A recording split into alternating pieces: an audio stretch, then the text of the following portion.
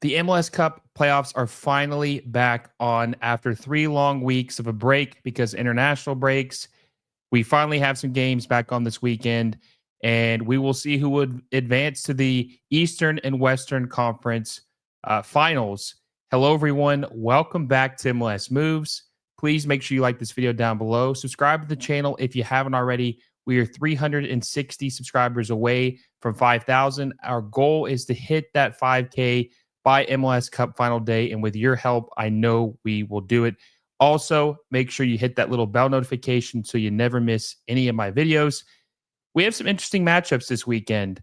The first matchup we have is LAFC versus the Seattle Sounders. Now, LAFC really struggled in some parts of their first round series against the Vancouver Whitecaps, and they really didn't have a decisive victory. The first match they won 2-1. The second match they lost 3-0, which was a very embarrassing performance by by LAFC, and they barely won 1-0 in the final game to close out the series. And Olivier Giroud hasn't been the striker that LAFC had expected him to be. He's only scored like maybe 1 or 2 goals, and that is something or a cause of concern for this team because they need someone like him to step up, and that's why they paid him all that money. He's making between $5 to $6 million a year. And Seattle had a hard-fought series themselves. They only scored 1 goal in both games. It went into penalties in both games against the Houston Dynamo. It was a very hard-fought series against the Houston Dynamo. This could be a very ugly match. Now, as far as their matchup this season, LAFC has beaten Seattle all 4 matchups. They've outscored them 9-1 in aggregate. And Steve Cherundolo has never lost to Brian Schmetzer since he's been at LAFC. Now, Seattle don't have the horses or the attacking talent or just the depth in general to really compete with LAFC, but they could make it interesting because they have one thing that has been a big deciding factor for team success in this playoffs, and that is a veteran goalkeeper. Stephen Fry, I think, is the X factor of giving the Sounders a chance. And Yeimar is obviously a very good defender as well. Might be the best defender in the league. But they're going to have an ugly game and make sure LAFC doesn't get on the scoreboard or at least doesn't pour in the goals if they want to win. It's going to have to be a very low-scoring game for the Sounders to have a chance to win. I don't know if that can happen just because LAFC do have so many options of players who can turn it on. Denny Bouanga is going to have a better game. He disappointed in the first 3 games of the first round. Like I said, Drew's going to have to step up. And Drew didn't even start in the third game. He came off the bench. They had Matty Bogu starting up top, Kike on the right side, and Denny on the left side. He's going to have to score goals if this team wants to make it to the MLS Cup. The Sounders are going to have Jordan Moore step up. They're going to have Rusnak have another good game. And they're also going to have Pedro de la Vega, their star signing of the season, really step up if this team wants to upset a team like LAFC. And on top of it, we're talking about a Seattle Sounders team who didn't sign a single player in the offseason. A single player in the offseason. It's hard to even believe a team that's trying to compete for an MLS Cup didn't make a single acquisition during the summer window. But I think it's going to be a scrappy game. I don't think it's going to be a blowout, even though, like I said, Delo has never lost to Brian Schmetzer and the Seattle Sounders. I'm expecting this game to be 2-1 LAFC advancing to the conference finals after a tough, hard-fought game where Stephen Fry and Hugo Lloris are going at it and saving shots and keeping their teams in the match. Now, moving on to the other Western Conference matchup, we have the LA Galaxy and Minnesota United. The LA Galaxy had the most impressive showing of any club in the playoffs in the first round. They beat the Colorado Rapids 9-1 on aggregate in the first round best-of-3 series. Gabriel Peck, Paintsel, Puig, and Joveljic look like the best attacking 4 I might have ever seen in Major League Soccer when they were playing like that. I mean, they were firing on all cylinders. They scored 9 goals in 2 games, and when they're playing like that, it's just hard to think of any team that can really beat them. And their defense is obviously a question mark. Age, inconsistency. McCarthy's okay, but I have my questions about him. But if they play like that on the attacking side, I don't know who can beat them. Now, Minnesota United struggled to score.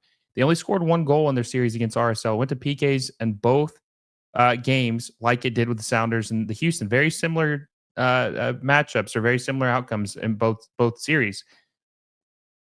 Kelvin Yoboa, their DP striker they signed this offseason, hasn't scored 5 matches. He didn't score in either one of those playoff games. They're going to need someone like him to step up if they want to have a chance against the Galaxy. And Dane St. Clair is a very good goalkeeper. I think he can do quite a bit to limit what the Galaxy can do to a certain degree. But they're going to have to score some goals. I mean, obviously, have to score goals to win, but they're going to actually have to score some goals, plural, not one goal. They're going to have to score if they want to compete with the Galaxy, or they're going to get rolled like they did against, like the Galaxy did to the Colorado Rapids. I think the Galaxy probably will end up rolling Minnesota United just because they're the hottest team in the playoffs right now, and they have so much attacking talent. Now, one thing that could hurt them though is that both of these teams haven't played a match in 23 days. Not playing a game for 3 weeks can make teams a little rusty, have to regain form, which is so dumb that they would have a break that long. I can't believe that they would do something like that. It makes no sense whatsoever. International breaks was way too long. I still no idea why they did this, but here we are. It's what they did. 3 weeks off. I've got the Galaxy beating Minnesota United 3-1 in the semifinals to face LAFC in the conference finals for an El Tráfico match, number 4 of the season. Going to be a hell of a final for the Western Conference. Now, moving over to the Eastern Conference semifinals, the first matchup we have is Orlando City and Atlanta United. Now, Atlanta United is kind of like the darling of Major League Soccer right now because they were able to knock off the league's crown jewel, Inter Miami, Messi, Tata Martino, who got fired today. I think he got fired, but some people say he resigned on his own accord. Whatever. He's gone. Atlanta United were able to beat them in a best of 3 series, which is crazy. You would think that a best of 3 series would cater to the better team because you're getting an opportunity to maybe course correct a bad matchup. But Atlanta United did the unthinkable and they beat Inter Miami in the playoffs in the first round. Brad Guzan played out of his mind. He has been the MVP of the playoffs, in my opinion, thus far because of what he did.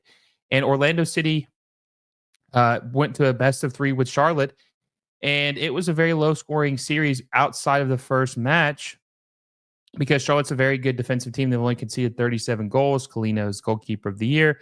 Very good defensive team. Orlando City has some deficiencies. Oscar Pereira has not lived up to the hype, and there is a lot of cause for concern with their team. Now, the key for them is to have Facundo Torres go crazy and play as well as he did this season.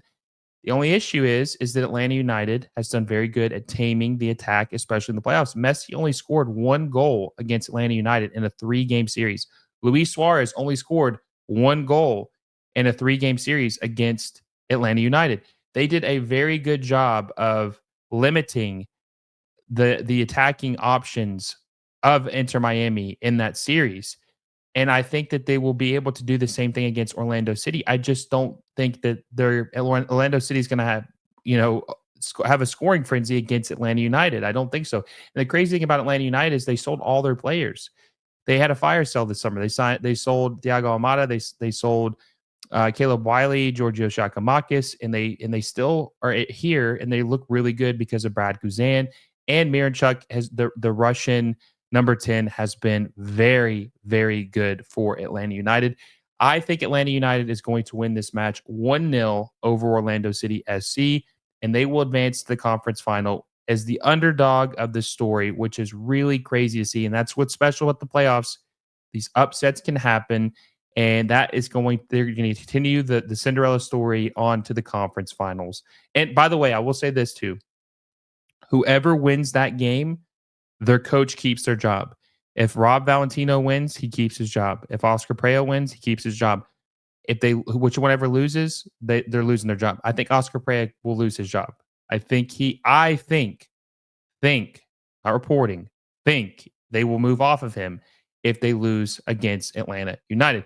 Moving on to the Hudson River Derby, New York City FC versus New York Red Bulls.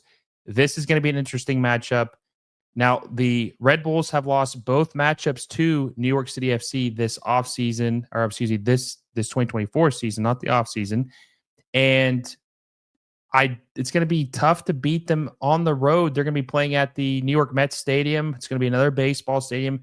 Not as bad as Yankee Stadium, but not necessarily good.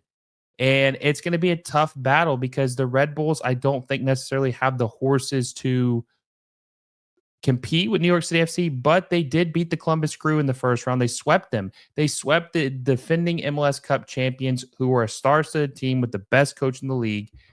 So they could give New York City a run for their money. Now, New York City FC beat a wounded Cincinnati who's had some issues with the club. They don't have a striker. Lucho Acosta looks like he's going to be leaving the team. A lot of chaos around that team. They also had to play at Yankee Stadium, like I said, which is not an ideal place to play. And I think that definitely played into the equation. The New York Red Bulls first round win obviously is more impressive, sweeping the defending champions. I just don't think the Red Bulls have what it takes to beat New York City FC. I still think they're a piece or two away. Emil Forsberg is obviously really good. Lewis Morgan is very good. But I think New York City just have more. Santiago Rodriguez, Martinez, James Sands has been playing really well. Matt Freese has arguably been the best goalkeeper outside of Kalina in Major League Soccer throughout the season. Not the playoffs. Guzan's been the best goalkeeper in the playoffs, but through the season, Matt Freese has been very good. I just think it's going to be tough for the Red Bulls to beat New York City on the road with as well as they've been playing. So I think New York City FC is going to continue the trend. They're going to go for the clean sweep of 3 games in the season, and they will win this match 3-1 against the New York Red Bulls to advance to the Eastern Conference Final. And my predictions, to sum it up, is going to be for the Eastern Western Conference Final, LAFC versus LA Galaxy for an El Trafico rematch, 4th installment of the year, and Atlanta United and New York City FC in the Eastern Conference Final.